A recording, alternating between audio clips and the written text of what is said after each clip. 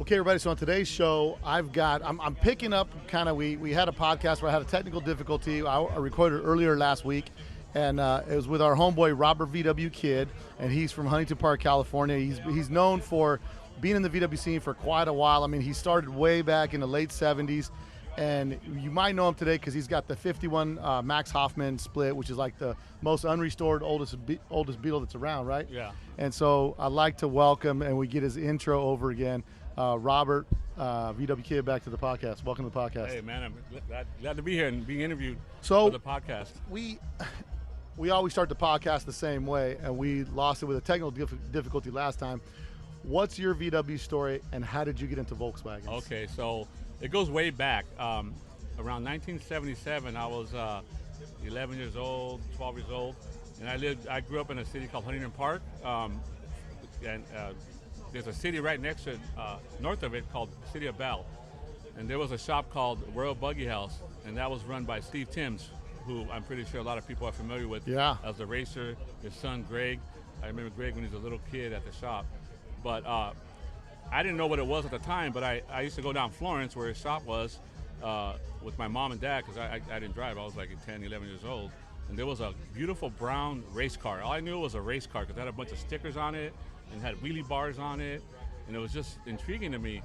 And that later on, I would find out that's the Mean Machine Ghia. That was Steve Timms' Mean Machine Ghia. So that piqued my first interest and love for Volkswagens, right? Now, and your family, comes from like a lowrider background. Yes. My family, I don't know, it's from the Dukes Car Club, the Relas family.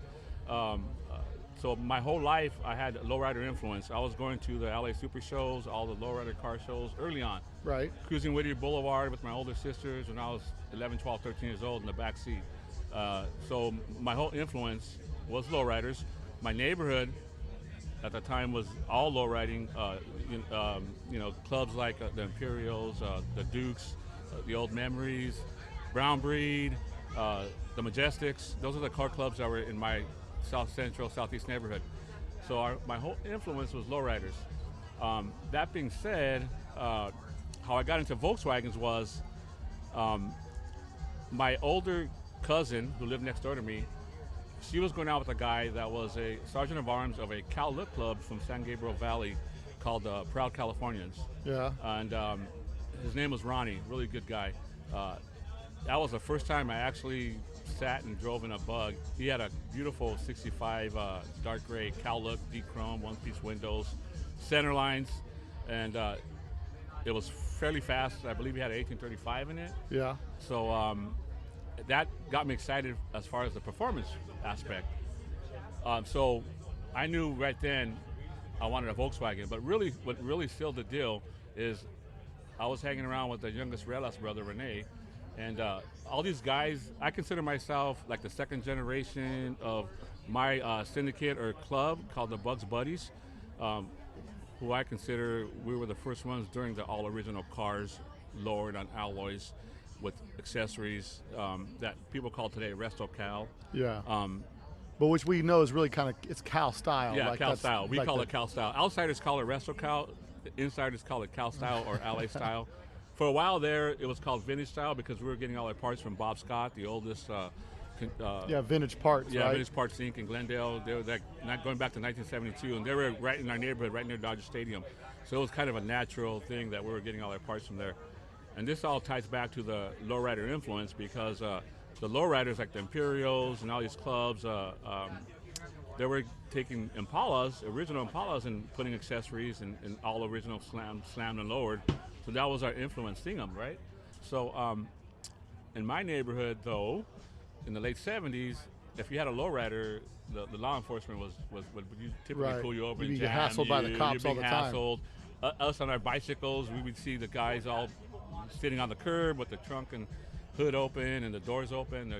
So we associated bad connotations with that. So we didn't grow up with a lot of money. We grew up in the neighborhood. So Volkswagens are a natural thing to buy, an economical car to buy, and with our lowrider influence, we just went for it. We figured out how to lower them extremely low with the torsion bars and removing, like we honestly we didn't have money for selected drop and all that stuff. Yeah, So yeah, we yeah. just re-indexed. You just the had to rear. get to it. Yeah. We just took the torsion bars out, cut the stops off, and put 135 Michelin's or 125 or temp tires on smoothies, and around, well, Rene had his first set of Fuchs in 1980, but the consensus was about 1982. Everybody started running alloys.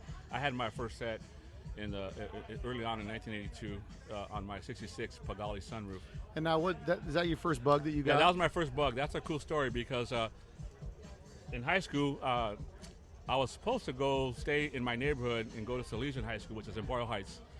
But at the time, my parents wanted me to go to a school called St. John Bosco, which is completely opposite direction in Bellflower. That was a good. At the time, I was like, man, it was a culture shock for me, really. But at the time, I got to make good friends with a lot of the DKK guys, the Der Kleiner Kampfwagen car club guys. There were a lot of them there at that school. Edwin Pee-wee with his My Bad KG, the Lucero brothers, Jimmy and Jeff, they had their cars, and it opened me up to like interacting with the Orange County side, all the Caldo guys, and I would roll up in my white Pagani '66 sunroof, all slammed, crazy slammed, with the alloys, with the pop-out windows, convertible deck, like what you would see now. And they in Jest, they used to clown my car. They used to call it an East LA Beaner bug.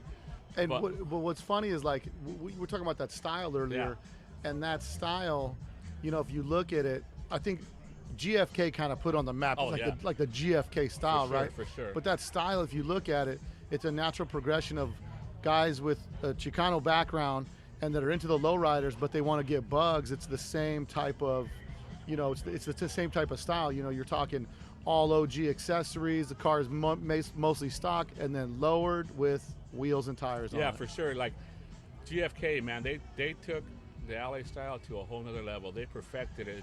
Their cars are so beautiful and perfect. And they really branded it, because you go to a car show and they were tight, bro. Like all 10, 12 cars in a row, all accessories and racks and and windscreens and like all even every today, rare accessory. Even today at this show we're recording at, you look at their lineup, it's just perfect. Oh yeah. It's like, I always said, like if I would have stayed in the scene, because life happens.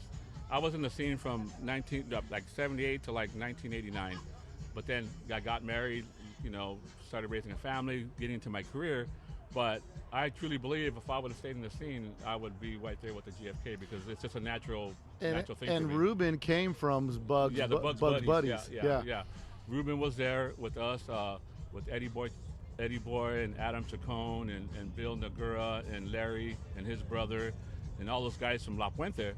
And me and Rene were like the crew that was from South Central, Southeast LA, and Bill hung around with us, and unfortunately Bill, who's I consider one of the main guys, he's in San Quentin now on death row. Unfortunately, he committed something, and he hasn't been out for 30 years, but.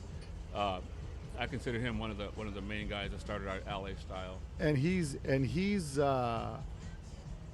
known right now for artwork and stuff that he does. Yes, he's really. If you look at William Nagura, he's a well-known prison artist. He sells all over the world. He's had showings in Europe.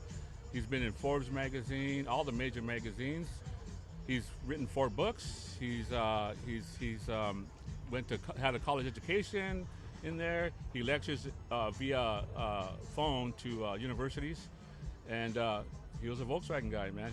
Me and him, the last car he built was a 62 black with a white top convertible, and that was in the 1982 issue of Lowrider magazine. Yeah. But me and him were the last one to build that car, and then of course he went away. But unfortunately back then, us being young kids, I know a lot better now, and I'm not that person anymore, but growing up in the neighborhood, it was just normal. That's what you did. I think it's kind of something that you go through like in your early teens, and kind of the neighborhood's a little rough, and you got to come up how you got to come up until you wise up, right? Yeah, until I wise up. Yeah.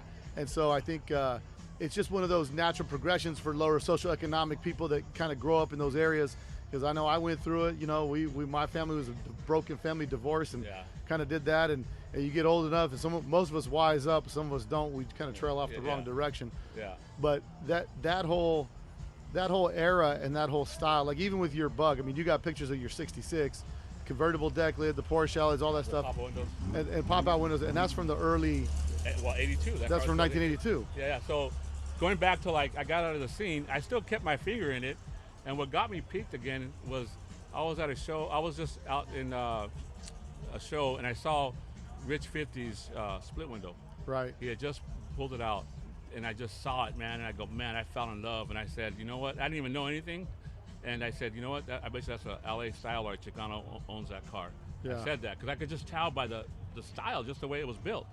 And sure enough, got to meet Rich and it kind of got you going. He said, got me hey, go going. on the Samba. Go on the Samba. Yeah. And then I started meeting everybody. But here's the and crazy. then Robert's got to go and ruin everybody's world on the Samba, right? Yeah. So here's the crazy thing is that when I came back to the scene, I didn't think I made an impact at all.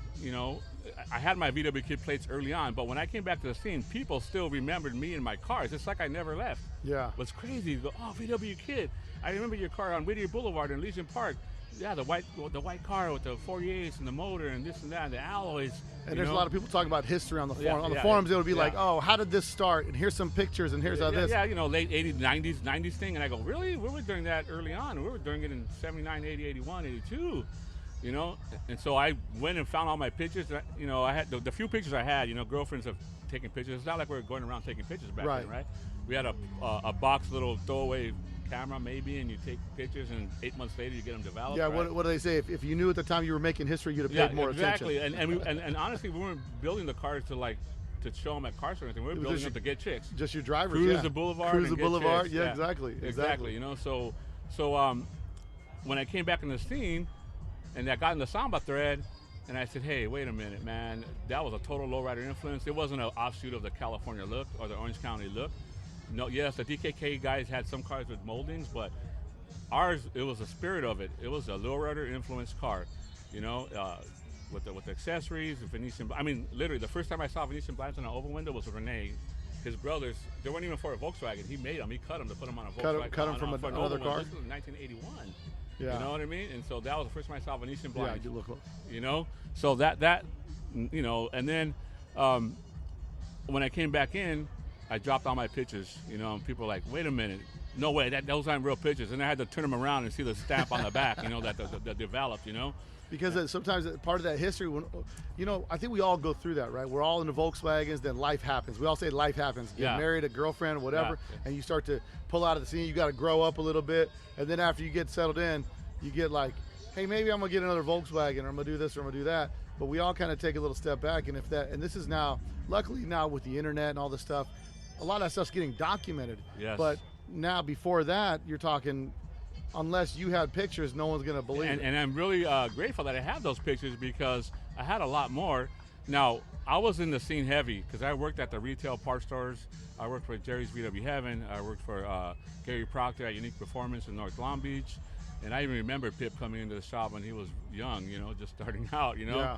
And I used to park my black 58 and my black 59 LA style, Chicano style slammed on either original 5-spoke MPs or 901 Fuchs. And they were different. At the time, the cars are really different. Well, yeah, they weren't built like today.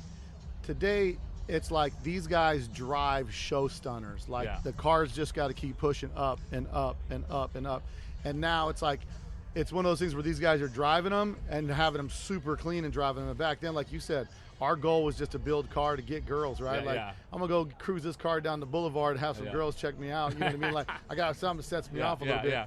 But it wasn't like, it was usually stock motors that were real reliable. So you just get in, you never even touched the motor, right? Just kind of left it in there. It was all about the outside appearance, chrome wheels, accessories, roof rack, all that stuff, and just like cruising. So and then it, but back then it was like, and then it moved into the sound systems, and you started getting sound systems. You know what I mean? Because our culture, the teen culture, involved the mobile DJs. Late 70s, the bands were transitioning out, and then the mobile DJs were coming in to play. So we were having house parties, backyard parties, barbecues, and somehow the LA scene, all the LA Cal-style cars, and the mobile DJ scene went hand in hand. In fact, a lot of the mobile DJs, like Victor Aliman, there were also Volkswagen guys. And he's Black Tie, well-known, Audio Climax. If you know the LA scene, those are well-known mobile DJs back in the day. Those are the pioneers. So it went hand in hand, Yeah, it's just it's definitely something that it laid its mark on the scene. It kind of established a flow, and a lot of younger kids picked up on it and then made it better. And like with any other hobby, people pick up where Refined someone it. left off, and they just keep raising the bar, man. GFK is the refinement of it. No, of it, man. 100%. We've been chasing out you know? Ruben to try to get the GFK history on a podcast. Yeah. But no, man, we got caught up to where the rest of the podcast takes over, and I appreciate you coming in and us connecting today, and appreciate it, brother. All right, man. Thanks, man. I'm glad. Later.